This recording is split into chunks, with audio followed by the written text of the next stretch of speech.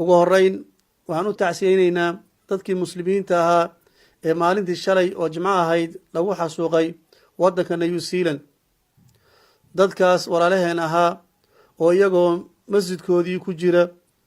halkaasna ku cibaadaysanaya ay niman saliibiyiin ah albaabada ka soo istaageen, halkaasna ay dad 100 kor u dhaafaya shuhado iyo dhaawac ku noqdeen. waxaan leenahay Allahumma ajirna fi musiibatina wa akhlifna khayran minha. waxaan la xanuunsanaynaa qoysaskii ay dadkaas muslimiinta ahaa ee dhibaatadu soo gaartay ka dhasheen. waxaan leenahay intii halkaas ku shahiiday Allah subxaanahu wa ta'ala ha ka aqbala shahaadadoodii,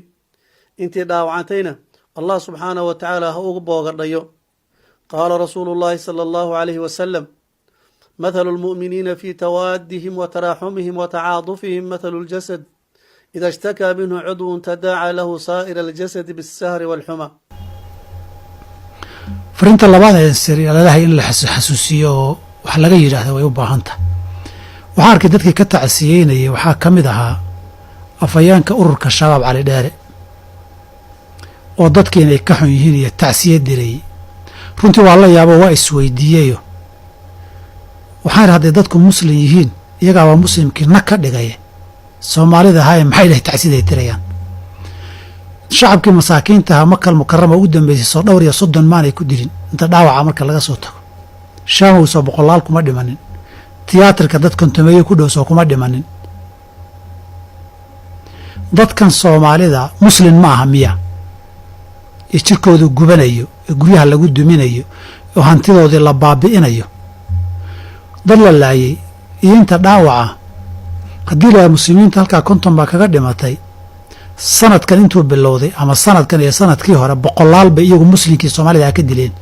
kuwan muslim dhiig le ma aha miya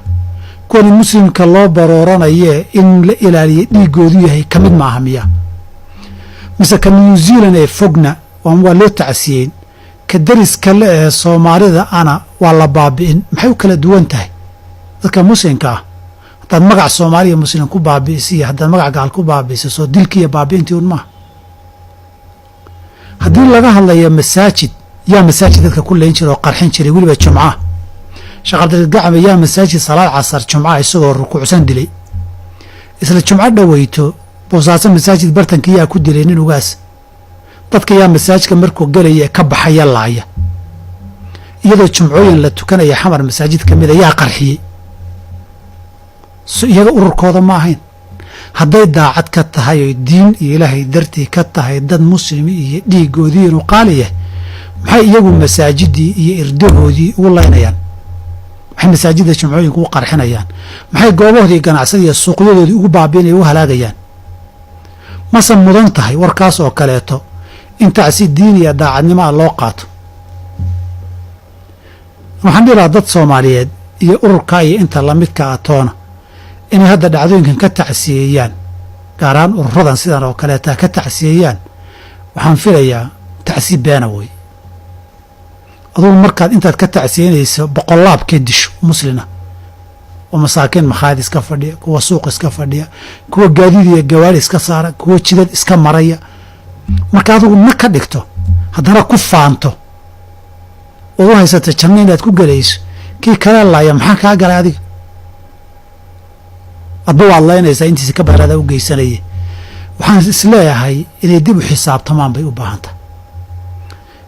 inay ka dhaxday run ka tahay inay muslim dhiiggii daatay ka xun yihiin kanay maalin walba qubayaan inay joojiyaan ilaan dadkii waa dhammeeyeen qaraxyadii bayna ku dhammaadeen waxaa laga yaabaa qof iyo laba dawladaan u soconno dagaal naga dhexeeyo dee 2 iyo 5 haddaad u socotay 200 ee kale maxaa u dishay waxaa wajida fariinta inaan iraahdo haddii ay ka tahay muslim dhiiggii inay ka danqanayaan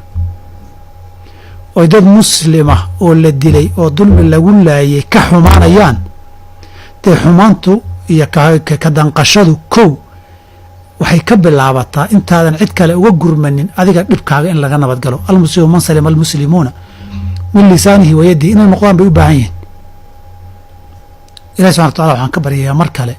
dadka muslimiinta ee meesha dulmiga loogu laayay inuu shahaada uga dhigo dadkoodina sabri iyo iimaan ka siiyo iyagana ilaahi subxaanahu wa tacaala wax ka khayr roon ugu bedelo intaasaan ku koobaya kelimadeyda. asalaamu calaykum waraxmat ullaahi wabarakaatu.